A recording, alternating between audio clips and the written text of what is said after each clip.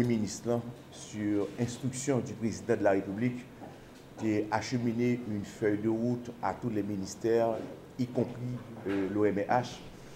Et dans la feuille de route, ça a une principal axe que commande que le Premier ministre a fait nous, c'est de rajeunir la fonction publique et faire mettre l'administration publique là au service du gouvernement pour les capables d'accomplir engagement de campagne que le président républicain a pris devant le peuple qui était favorisé l'élection.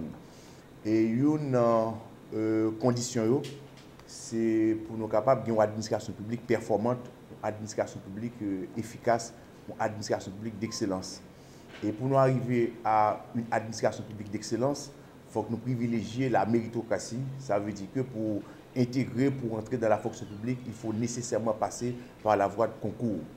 C'est pour la première fois que l'État haïtien décide d'organiser un concours démocratique, un concours national, côté que la recruter des jeunes cadres dans l'administration publique pour nous créer un corps d'élite, un corps d'excellence que nous qualifions de corps d'administrateurs d'État.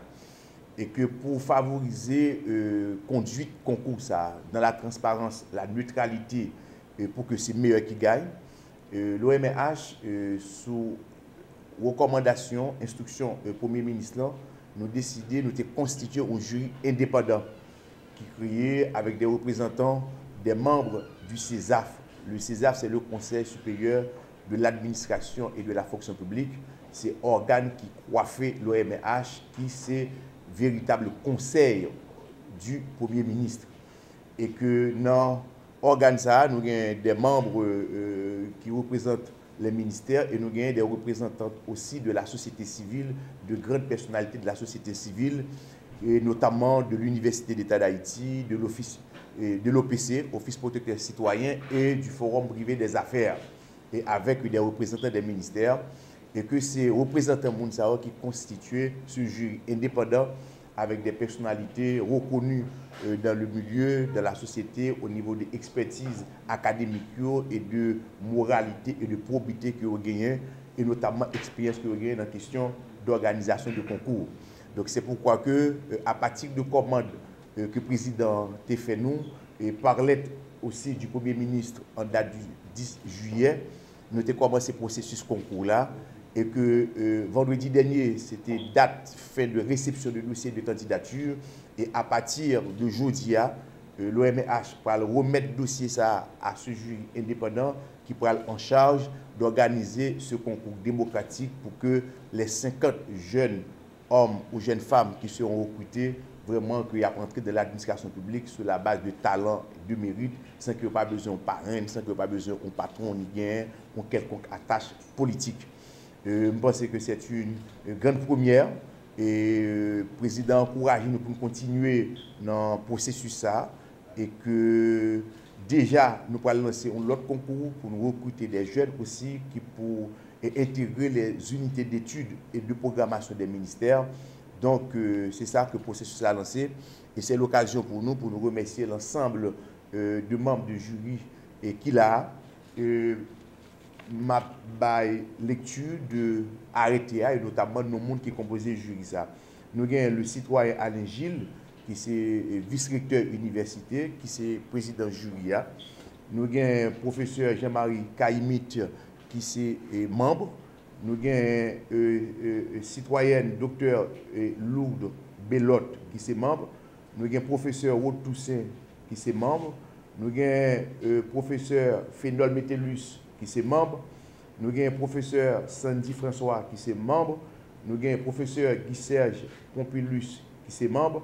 Nous avons le professeur Roosevelt Mia qui est membre. Et nous avons le professeur Louis-Alex Toussaint qui est membre. Donc tout le monde, c'est des professeurs d'université, des gens qui, dans le milieu professionnel, là, qui sont très reconnus. Nous avons des recteurs, des vice-recteurs, des doyens, des professeurs, des académiciens. Et voilà, en gros, tout le monde qui constitue le jury ça. Et aujourd'hui, c'est le moment pour que l'OMH fasse passation de dossier au président du jury et que le président du jury, ça a un calendrier qui est établi, gagne pour organiser ce concours-là dans toute structure y compris ça concerne le choix des examens, le sujet des épreuves, et espace que concours la pral fait, correction, le choix des professeurs, tout. Ça veut dire que c'est ce jury indépendant qui est chargé d'organiser ce concours et démocratique et qui est axé essentiellement sur la méritocratie comme critère d'intégration dorénavant dans l'administration publique haïtienne.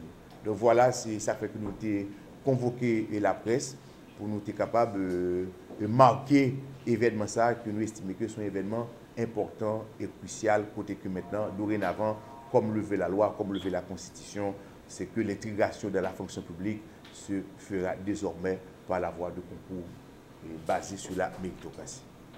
Pour ce qui concerne participation handicapée ou bien encore mon mobilité réduite et femmes, pour avoir un fichier, pour qu'on ait que dernière inscription finie et vendredi qui était passé. Donc, donner pour qu'on saisit. Donc, nous pas gagné toutes caractéristiques monde qui rentré dans la base. Ça. Donc, nous pas cadeau avec précision combien de femmes et combien de monde qui répondent à caractéristiques ça, c'est-à-dire handicapés. Donc, nous pas capable de chiffre ça pour le moment.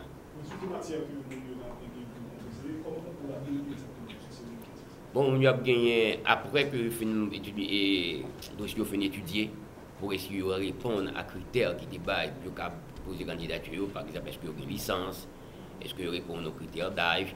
Après, nous finissons passer à travers le dossier pour essayer ça. Si les conditions sont réalisées, il y a gagné maintenant pour passer des épreuves écrites. Les épreuves écrites là maintenant, il y a 3 parties là-dedans. Il y a une épreuve de culture générale, il y a une épreuve qui est composée de plusieurs matières, dont droit, économie et sciences sociales de manière générale. Et là-dedans, et puis son ensemble de questions à choix multiples qu'a proposé à candidat pour être capable de répondre dans la discipline ça. Plus l'autre épreuve qui est les notes de synthèse. C'est 3 sur qu'a fait à l'écrit. Et après, à Bingen, on observe l'épreuve orale.